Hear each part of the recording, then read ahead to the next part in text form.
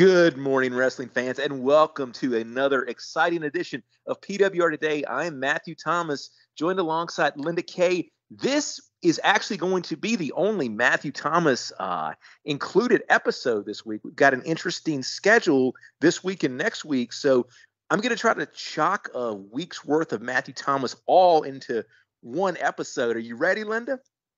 Wow, into one crisp and clean 20, possibly.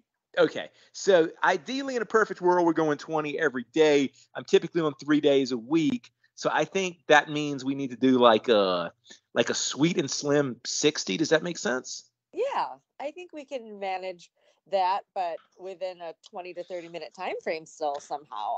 I think we can make that happen. That would mean we would have to like do something with the space-time continuum and just all sorts of I don't know if we might have to violate some laws of physics and it might be dangerous. I don't know if we can possibly do it, but when you are trying to chalk all of you into your clothing, Linda, what clothing would you try to chalk all of said person into?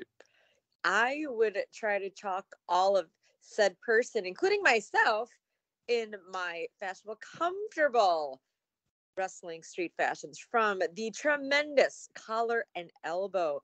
Make sure to go to collarandelbowbrand.com, and to save a little extra cash, to save 10% off your order, use promo code LindaK. That's LINDAKAY. Absolutely. Collar and Elbow with some new offerings just in time for spring and summer and pretty much any season that you might encounter. Well, the season that we've encountered the last 2 days, the hot news item has been the fallout from Sasha and Naomi. And I don't think we can say allegedly anymore. I think it's pretty much confirmed fact from WWE. Sasha Banks and Naomi walking out of Raw on Monday. And I know things were breaking yesterday, as you and Meathead were discussing, but since we're a day removed from it, a lot of information has materialized that I think we can probably report.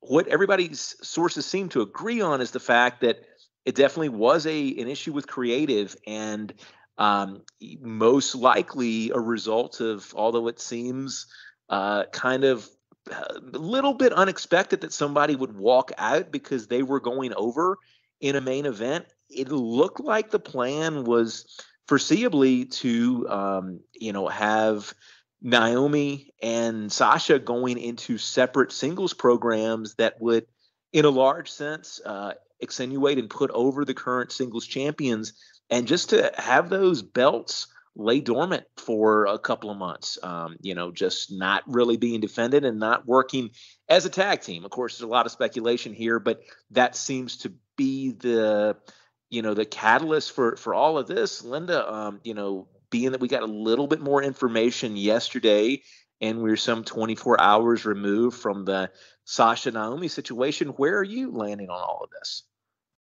Yeah, just still very surprised, very shocked at how things transpired in a short amount of time. I did not anticipate that coming.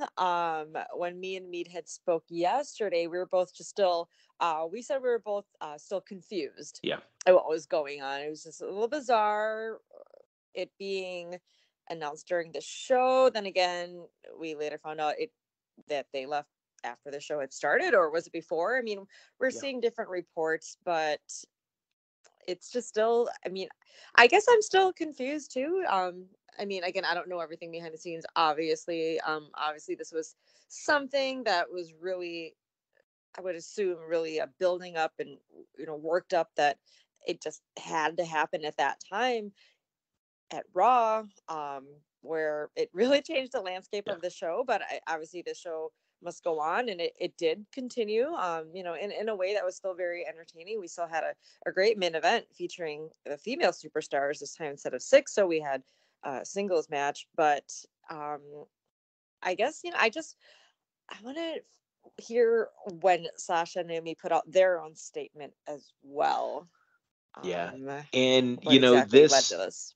And whether this had anything at all to do with it, I don't know. But there are reports in from Monday night that from the 10 to 11 Eastern time slot, that Raw was the number one rated show on all of television, not just cable, but trumping all the big three or the big four, I guess now, because I guess this is not like pre 1987 or whenever Fox premiered. So I guess I got to get with modern times and talk about big four. That new kid on the block, Fox. I tell you what, I don't know about the Simpsons if the kids should be watching that garbage or not. But anyway, Raw taking the number one spot on TV on Monday night from the 10 to 11 hour. Now, I mean, you could say there's a little bit of buzz about a walkout that kind of got some eyes on the product, or I mean, we did count down to Cody for 2 hours, so that may have had something to do with it. Yes, that was something as well. Yeah. Again, I mean, personally, I'm anticipating some type of response, a statement that will get put out from Sasha and or Naomi, giving their insight. And again, now it's from confusion to curiosity. What shall happen with the women's title, women's division as a whole? And now we're incorporating both brands because as the tag team champions, they were representing on both brands. While this occurred on Raw, there's still regulars on SmackDown. So now I'm just very curious. And I'm sure there'll probably be, if nothing else, speculation. There'll be stuff trickling out pretty much every day this week. And, speaking of that clock, maybe we should actually start a Meathead clock, because we're like, 23 hours and change before Meathead comes back on the show and hosts with you tomorrow. So, I mean, if it works for Cody, if it gets number one ratings for Raw, why wouldn't it work for us? That is a very great point. We gotta, since this is more of an audio type of platform, maybe we just have a ticking kind of thing, or kind of like with UFC, the last 10 seconds, you hear the pounding or the clapping, whatever tools use, where it's like three. Yeah, well, we can work on it. I mean, you've got really good alliteration with the Cody Clock thing, and it kind of rolls off the tongue. Meathead clock. You need something almost that starts with an M, and I can't really think of. Meathead minutes. Maybe that's what it is. That's what it is. And we don't even deal in hours. We just deal in how many minutes until Meathead is back on the air. I think we got it right there, and I'll probably have to do some very sophisticated math before we get off the air to let the audience know just how many Meathead minutes away they are from hearing the man they call Meathead once again join the show. But speaking of shows, there was a show on television last night called NXT or NXT 2.0, depending on who you ask what it's called. But they kicked off with a tag team match, teasing the match in just a few short weeks for the North American title. Carmelo Hayes teaming up with his pal Trick Williams, going up against Solo Sikoa and Cameron Grimes. This, at least for Sikoa and Grimes, was the traditional WWE can they coexist storyline ahead of their special event, I guess, in your house match here in just a few short weeks. They weren't too bad on Grimes last night. Maybe it was because he was with Sikoa. They didn't want to necessarily see the team lose. I thought there was one spot early that Grimes and Sikoa were basically trying to kind of get the yay boo deal started. I forgot who it was they had in the corner, but they were taking turns exchanging strikes on that person.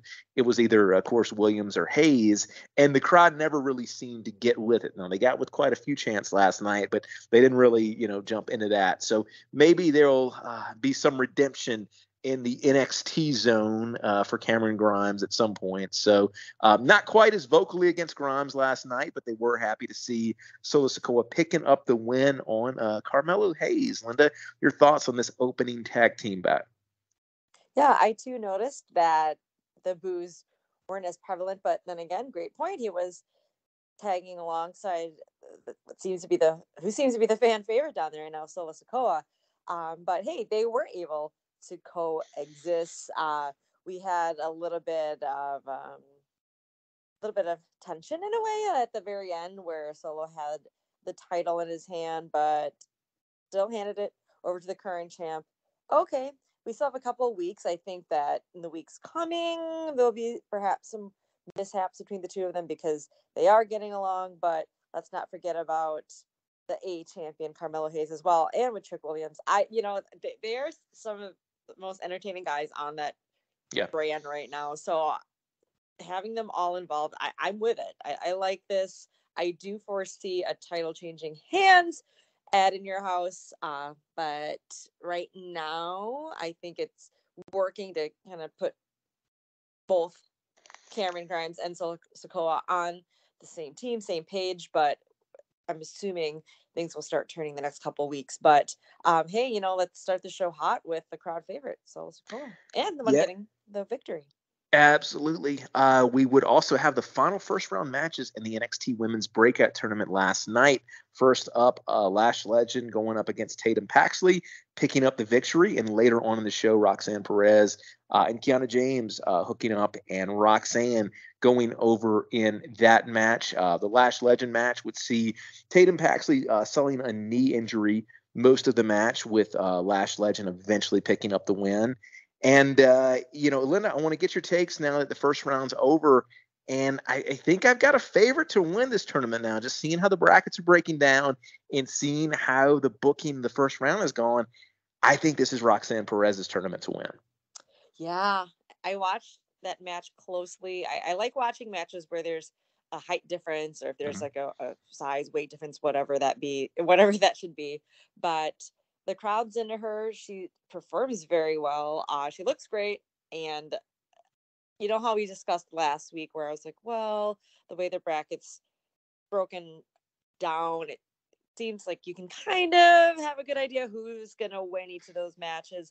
But I too felt that Roxanne Perez would be a top runner. What's the word? Is top runner the right word? Contender maybe. Contender. Top contender. Front runner. I think front runner. That's exactly. Yes. Roxanne Perez, a front runner potentially. Indeed. And I'll tell you who's a front runner for the NXT title right now, because he's got a match coming up, is Joe Gacy. Braun Breaker would be back from his latest kidnapping, and back in the NXT zone. We would get, Breaker coming out there to challenge Gacy, who is still up there flanked by his two pals who are still hooded. So we don't know the identity there. But Gacy trying to put a stipulation in his match with Braun Breaker, that being, if Breaker gets disqualified, then he loses the title. I don't know. Maybe this is throwing a little bit of question into whether Breaker retains or not. But when I see a stipulation like this, I just, especially now that Breaker has got two buddies with him, why not have the bell ring and have one of his buddies attack Braun Breaker, or attack Gacy, and then Breaker would be DQ'd immediately and Gacy retains. Like, how is this not, if you're not suspending your disbelief, how is this not a 5-second match? I don't play much devil's advocate, so I didn't really think much about that. That's kind of like when Meathead brings up the 24/7 title stipulations. I guess even as the match ends, or there's ways around it where the title can change hands, as you just mentioned. Well, I still feel that Braun will still leave In Your House as NXT champion. And while it is a match where the stipulation is if he gets disqualified, Gacy wins, I feel, since we have not seen Papa Breaker, if you will, that he will come in and interfere as well. It looks like Gacy's got the advantage with his two, what are we calling them again? His helpers? I think minions. I called them druids, I think, but I like helpers. Gacy helpers. Well, no, the druids were when there were a few of them, and it was like the hazing era, if you will. Maybe they're just the Gacy gang now. Oh, see? Yeah. Or you know what? How about what if one of them is his dad? Yes, I was going to say the same thing. We've had so much with Papa Breaker. We need Papa Gacy out there. Oh, my goodness. And you know what? Give me some kind of weird storyline where Breaker loses the belt to his father or something. So we have Breaker's father fighting Gacy's father. That would be, my goodness. Like, you could put that behind a regular traditional pay-per-view paywall, and I would pay extra for that. Yeah. I mean, in your house, there's been, I mean, if traditionally speaking, there's been some very kabuki Mhm. as stuff, to quote our good friend David Hero, from in your houses of the past. Let's make it of the present. So we'll skip ahead to the actual end of the show, not the main event, but the actual ending segment, because we would get Joe Gacy back again. And as much as I enjoy Gacy, I feel like Gacy's new dark character, the production that they're trying to do within the context of NXT, it just does not. It seems to be a little bit over the top for NXT, which is a studio show. This would be no exception. We get a creepy pull away shot, seemingly from a drone or something, of Gacy and his helpers, the Gacy gang. And clearly, when they pull away, no, they're not in a random field like they left Breaker. They're on top and kind of like the roof level clubhouse area of a very illustrious, seemingly apartment complex. This just felt very strange to me. Did you catch, instead of the spotlights that you would typically see at a high rise building where it's like a big blue beam or whatnot, it was Gacy's face enlarged, almost like if it was on a projector on the building. You had to look close, but I saw that. I'm like, oh, I mean, I know he's got some creepy powers, perhaps, but yeah, it is But a little different. I don't want him having powers. I want to go back to the Gacy talking about making a safe space and like that the original Gacy we had. That was my guy. And yeah. Anyway, Well, I still enjoy Gacy, but like I feel like you're going a little bit too much into Bray Wyatt Undertaker territory now. yeah, and well, he's still inviting Ron Breaker to join, though. So there's still Yeah. that. There's still something of that original Gacy that Yeah. we got to Yeah, know. you've still got some of that holding their eye. I suppose. Next up would be a rematch from a few weeks back, with the Creed brothers going up against the Viking Mm. Raiders. We'd seen the spot before, but it seemed like he didn't get a lot last night. I thought kind of a scary cannonball spot to the outside by one of the Creed brothers, but we would see the Viking Raiders get the win after Roderick Strong attempted to interfere, did not work out well for Strong or the Creed brothers. So Raiders getting the win here in what I thought was an excellent match. Yeah, definitely was. Every time we've seen them against each other, it's been a great outing showing. Sorry, early morning. Sometimes I just cannot think, and I have to say what's on my mind, and it may not be the right word. You'll discover that, Matthew. But it was a great showing once again, and you just know or knew that Roderick Strong would insert himself into the match again. But this time, Julius Reed stopping him, saying, "No, we don't need you," and which is what I kind of felt would happen. But Yeah. again, more dissension. I was a fan of Diamond Mine, but right now it's just kind of crumbling. Even though they have another new member, and they've been, they didn't show Ivy's challenge this week, but it seems like there's still something there within that faction. But looks like the Creed brothers are to be pulling themselves in there, unless something changes with Roddy, as we've been kind Yeah. of speculating as well. But still, Creed brothers are still a top tag team in the NXT, as we know they are going to get their a title shot, against Pretty Deadly at In Your House. Yeah, and I mean, I feel like with Creed Brothers, there's still a handful of people on that roster that harken back to the original NXT 1.0, if you will. And I feel like the Creed Brothers are kind of cut from that mold. They remind me a little bit of a Chad Gable, and my goodness, who was Chad Gable's partner? I almost said Alpha Academy, but that's Gable and Otis. Otis, Chad Gable, and Gable, and my goodness, he got injured. Jordan, They did. Uh, Jordan, Kurt Angleson. Where were you going? yes, yes. Now all I can think Jason about is Jordan. yes, yes. Thank you very much. And it's amazing, like that Kurt Angle's son. That angle was what, 2 or 3 weeks long before, he was injured. But yeah, it's people remember Kurt Angle's son. So somebody's son wrestled somebody else's son last night, and that was Andre Chase going up against Grayson Waller. I'm glad to see Andre Chase getting some screen time, although Andre Chase nor Chase University could pull out the win. Grayson Waller picking up the victory there. And we would also have what I think was my personal favorite match of the night, Wes Lee going up against Nathan Frazer. This was a very, very solid match that would ultimately get thrown out after Von Wagner interferes, attacking both men, and then he sent Wes Lee flying. And I mean, he threw him over the top rope, he bounced off the announce table into the chairs. My goodness, this was a spot I don't think a lot of people in the NXT zone were expecting last night. Yeah, definitely got the holy shit chance that it was bleeped or was that moment? No, we got a little bit of that there, but that would be in the main event where that's right. they pulled the Tony audio for like 30 straight seconds. That's right. Okay, but that moment, I wasn't sure if that table was supposed to collapse or not, but we didn't know. Like, I thought that he was just going to get thrown in the crowd again, like what happened with Ichiban when we had the NXT universe catching him in the front row there. But man, that was, I wasn't expecting that, as the NXT audience was not either. The looks of shock and awe.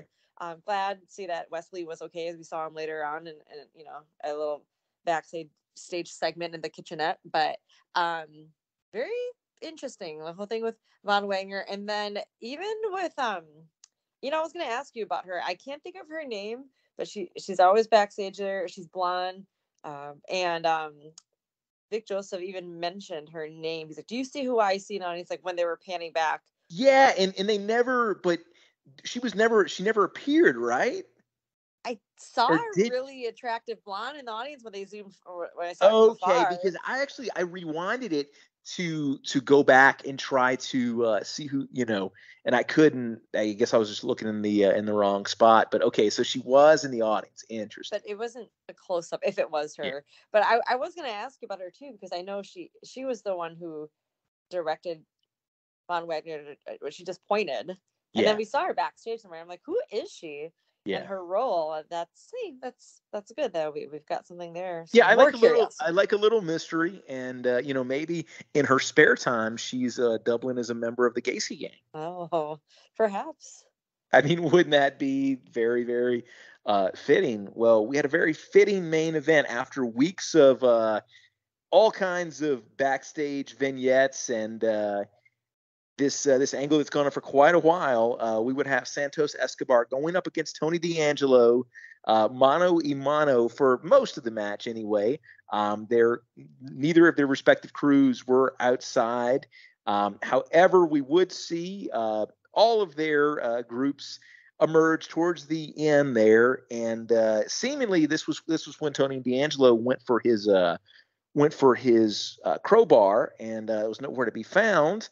That would bring out both stables there, and Santos Escobar picking up the win, but not quite in the cleanest sense. It was revealed he had some brass knuckles there. So Santos Escobar getting the win, and I think we've probably seen I don't think this is the end of this feud. I think we'll probably have some blow-off match at the next offering from NXT, which is in your house.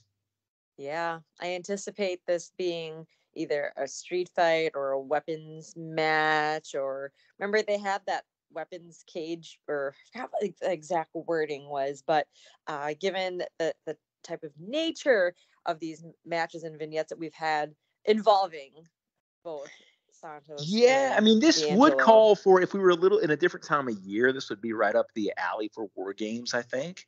Yeah. But you know what? Let's think off the beaten path a little bit. I think this would make for an excellent Punjabi prison match. Oh. Mm-hmm. Yep. I think you throw something completely out of left field, and my goodness, could you see that thing? It would. I don't know how long it would take them to build it in the NXT zone there, but my goodness, that would take up the entire NXT zone. Probably. Or it could be. Let's bring back the cinematic matches while we're at that, and make a House of Horrors match too. Ooh, that's fantastic. You know what? I need to talk to. I saw the pictures from the GLCW Control Your Narrative show this past week, and I need to talk to Dave about potentially throwing in a Punjabi prison match in there. I know a guy who knows a guy that could probably, I mean, it wouldn't be necessarily WWE quality, but could probably build a decent Punjabi prison. Yeah, it's low ceilings in Circle B, so I don't think we would need too much of the bamboo shoots. I'm not sure what it's made out of. I think so. I know a couple people that have like a bamboo connection, so I think we can probably work it out. But speaking of working it out, I think we worked out pretty much everything that happened last night on NXT, and we will also work out for you next time exactly how many Meathead minutes away you are from Meathead coming back to the show. So 23 and a half hours times 60. Carry the 2 and then you multiply that. It's a lot of, it's only like 23 and a half hours change. Divide that into minutes of when you get to talk to Meathead and Linda again tomorrow. Until next week, when you talk to me once again, this is Matthew Thomas signing off. We'll talk to you soon.